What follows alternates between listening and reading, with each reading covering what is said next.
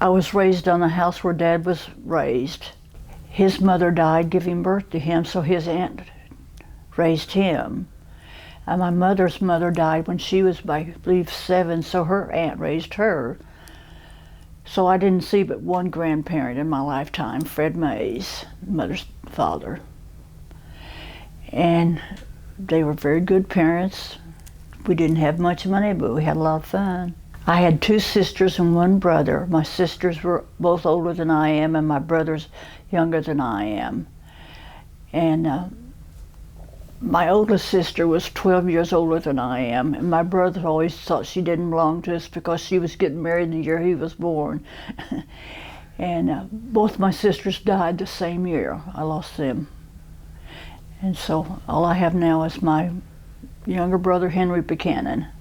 Dad just did odds and ends jobs. Mother was a housewife. She took care of his aunt and uncle and all the kids, and she never worked out. Dad worked out. I remember he worked at a job once called Jerpies.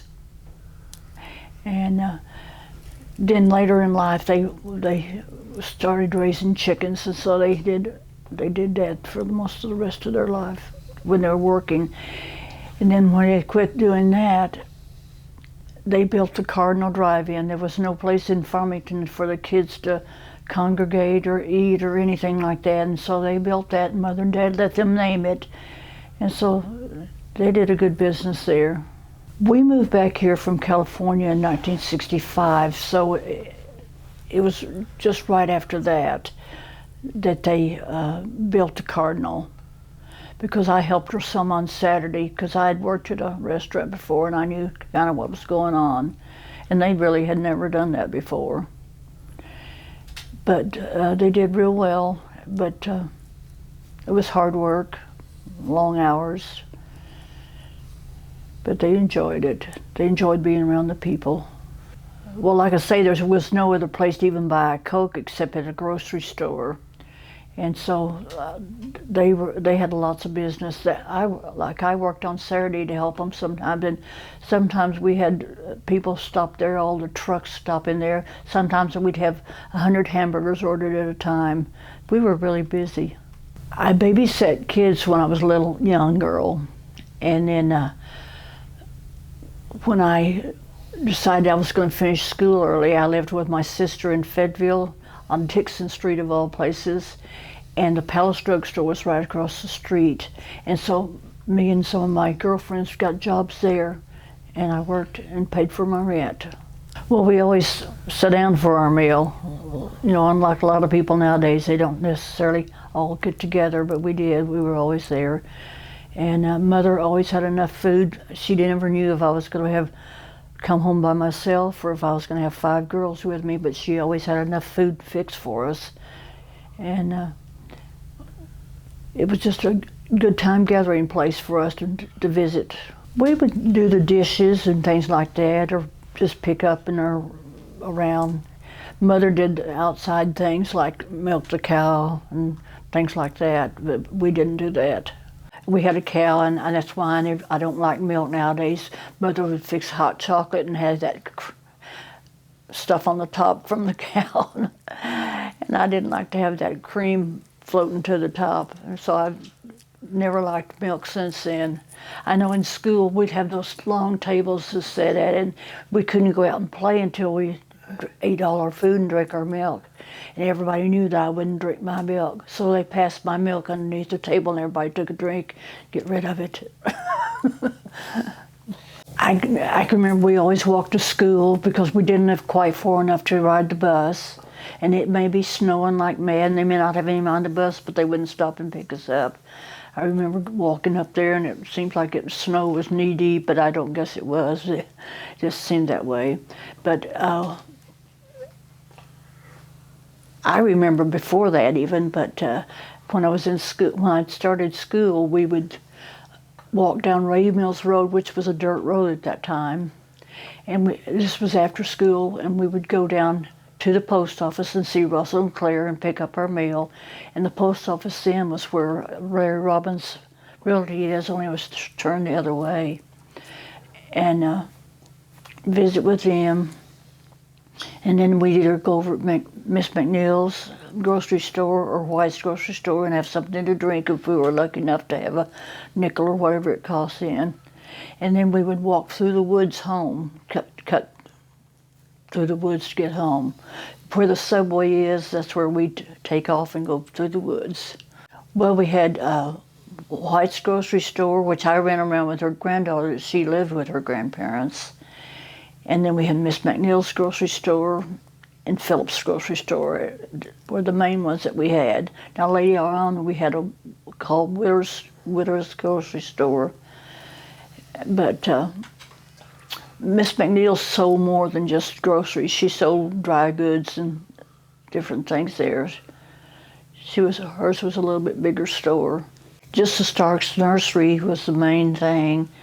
And Hobo Higwood was managing of that. And of course I ran around with his daughter Margie, and one of my sisters ran around with Joanne, and they had places rented all over around here. Over towards Weddington even, they had places rented to have, I think they used them like 3 years and then they'd change, I guess because of the soil. I don't know that much about the soil. But we always had fun because of the grape vineyard. I had a certain grape I like, and I knew which row it was, and that's where I'd get me some grapes. Of course, I acted like I was stealing them, but Hobo didn't care that we got them. I know they had grapes, but I think they had other fruit too, and that's when the railroad was coming through here, so they could put their produce on the train to go, to leave out. But I can remember across the street, across the highway, they had a big field, I guess where the, close to the ballparks. No, maybe not quite that far. And that was full of different things out there. But I mainly remember the grapes. It came almost along the highway there, where the highway is now, and it cut across close to my house, where I live on Neal Street, and it cut across the creek, and then went up the hill, and where 170 is, it came sort of beside that, and the depot was on the left-hand side of the road there, more into the field a little bit. I started school, and this was before they added on to the grade school. And I started when I was 5 years old, and Murray Brown was my first grade teacher. And I remember one of our favorite things to do was to find holes, cracks in the brick, and walk around the schoolhouse holding onto the bricks. We used to do that every day. But we didn't have, I can remember when we had wood stoves in the school and outdoor toilets. People were close. You knew everybody. The school was that small, and you knew everyone. And we're pretty close-knit people. Just didn't know just your room. You knew all the grades. You knew everybody. Shirley Smith, which her grandparents owned White's grocery store. She was my closest friend. I have pictures of us as babies sitting on a quilt, so we went way back. She was my closest friend, and then when Pat Tedford moved in, she was another one of my real close friends. And then Aline Kamak, which she married Bill Beckett. She was another one that moved in here, and we were all real close. I remember Miss Brown, my first grade teacher, and later in high school, or junior high, my favorite teacher was Miss Hazel Penn and Mac Hamlin. I really liked them. Hazel did all different kinds of things. She was a librarian at one time. She was my home ec teacher at one time. So she probably taught most every grade and everything. I really liked her. She was kind. And, I remember most of everyone that I went to school with, no matter what grade it was. My sister's grades or my grade on down. And we still have all school reunions, where we all get together. And it's good to see those people. Okay, to begin with, my sister Sue, that was closest to me, we would walk over the hill, down the hill, across the creek, and up the hill, and we'd go to the Methodist church by ourselves. And then later on, we went to the Christian churches where the Nazarene church is now. And we got our parents going, and they were saved. And then we had a big revival in Farmington. It was a tent revival, and they had it where the Main Street Baptist Church is now. Everyone that was belonged to the Christian church joined it, preacher and all, except one person. So she ended up owning the old Christian church. And then, so I was around when they were building the churches now, the Main Street Baptist Church. That isn't where I go now. We later on had grown big enough that we moved out to the Ray Mills Church on my Ray Mills Road.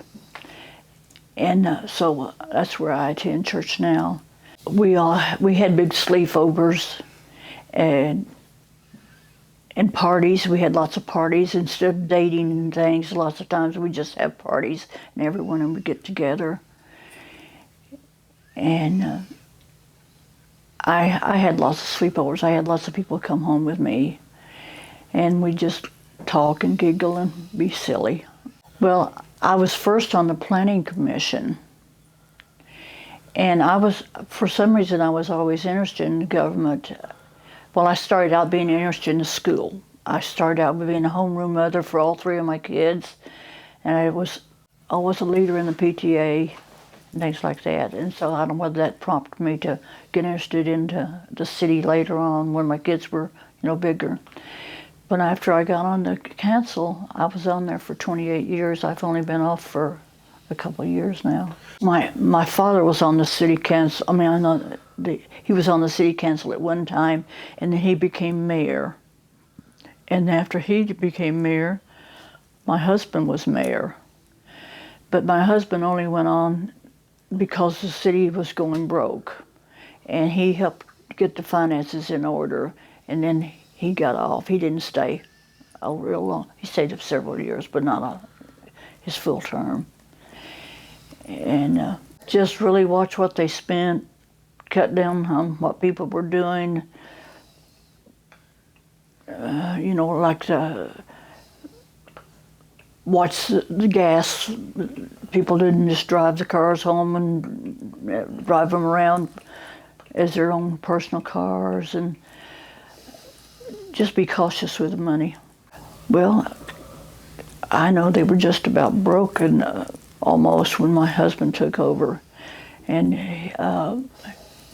he hired an attorney for the city, Lamar Pettis from Fayetteville. You may know him, and we laughed because they didn't take pay. Either one of them was taking pay. They were doing it for nothing then.